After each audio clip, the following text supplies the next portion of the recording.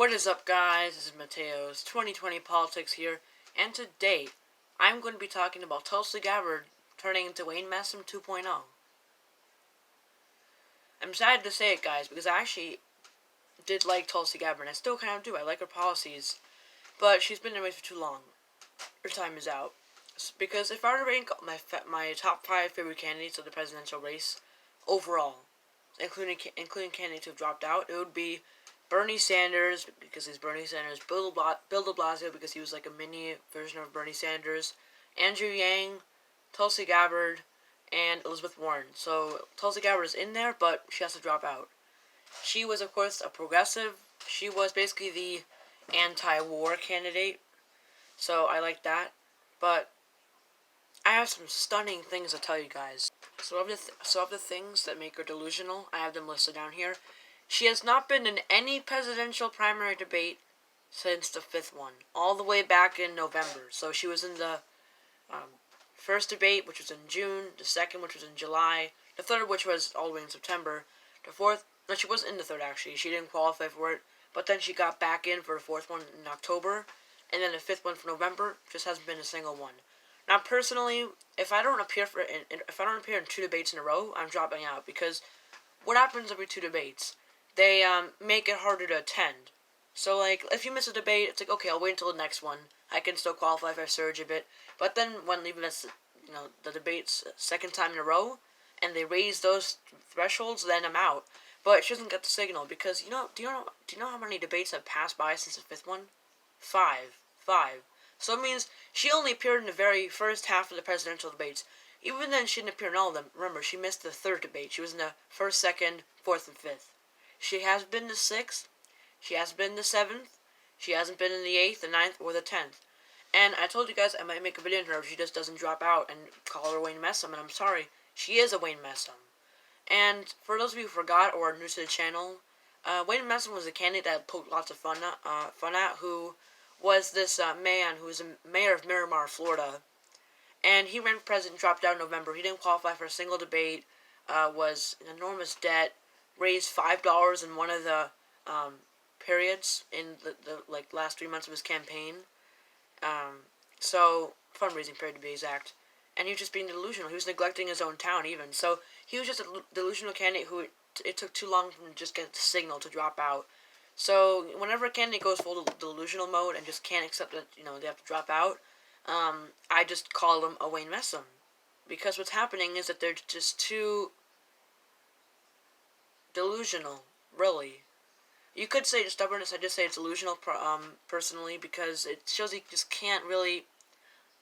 You don't understand, and I really don't know if it's because you just don't understand that you're not doing well and you have to drop out, or you do, but you just can't accept it. You want to stay in for the race. So I don't know, man. I mean, I don't know if Tulsi Gabbard is going to end up staying for the convention. She shouldn't, because she's going to embarrass herself. I mean, when you look back at her career, she will just be remembered as that one delusional 2020 presidential candidate who just couldn't quit. She is currently at 0.7% of the vote. So, it doesn't mean the vote overall that's going to come and has come in. It's of the votes that have been counted. While Joe Biden and Bernie Sanders have been to 30, she's at, not 7%, 0.7%.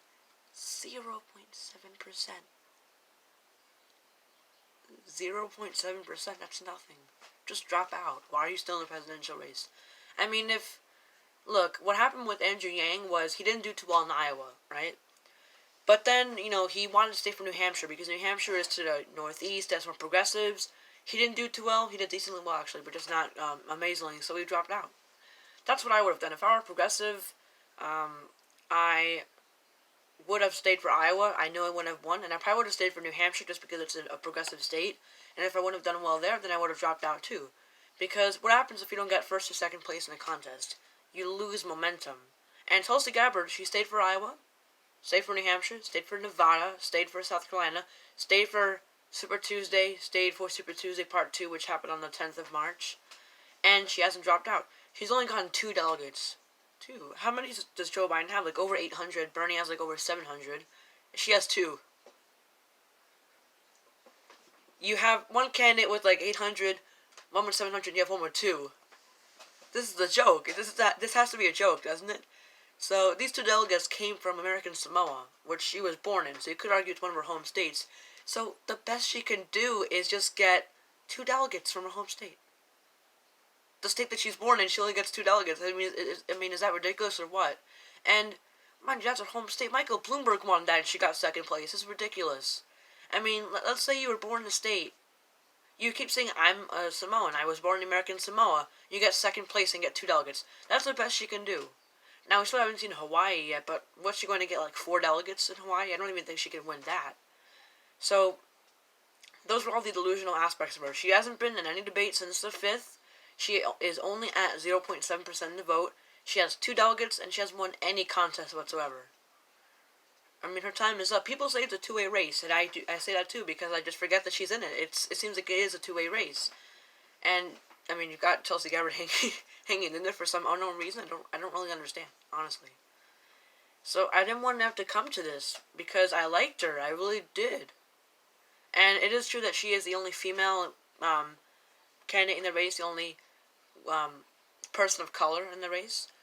But I don't go for identity politics because you could say, oh, why not vote for Kamala? She's a woman. She's black, right? Well, what I would say to that is, look, I understand that, and people like that definitely do deserve to become president because we have been facing inequality for too long in this country, too much discrimination. But it matters as policy. Like, I get Bernie Sanders is an old white man, but I still support his ideas. Technically, though, he's a Jew, and they have been discriminated, so he isn't just 100% privileged, if you could phrase it that way, I guess. So with Tulsi Gabbard, it doesn't really matter to me what her race or gender is. It matters to me her policies, and she does have good policies, but she has to drop out. Because what she's running on is, going against regime change wars, being a bit of a libertarian in the world, going against warfare. Bernie's doing the same thing. And, you can run on you could be a single platform candidate. You can run on one issue, but you have to stand out. I mean, it's not like, oh, I'm running on gun control, but I'm just like the rest of them. I only want to ban assault weapons. So if you're going to run on one issue, you better, separate yourself from the other candidates. She hasn't.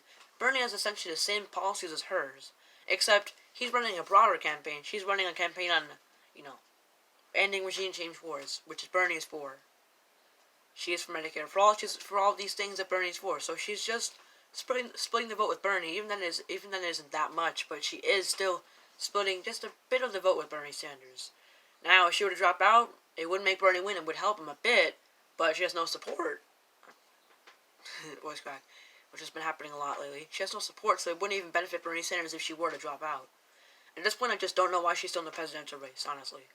Like, you have to get the signal during the Iowa caucus, the New Hampshire primary to drop out. Because if you stay past those states and you got no support, what are you doing? What's going on? What's going on? I mean, is Wayne Messam your mentor now?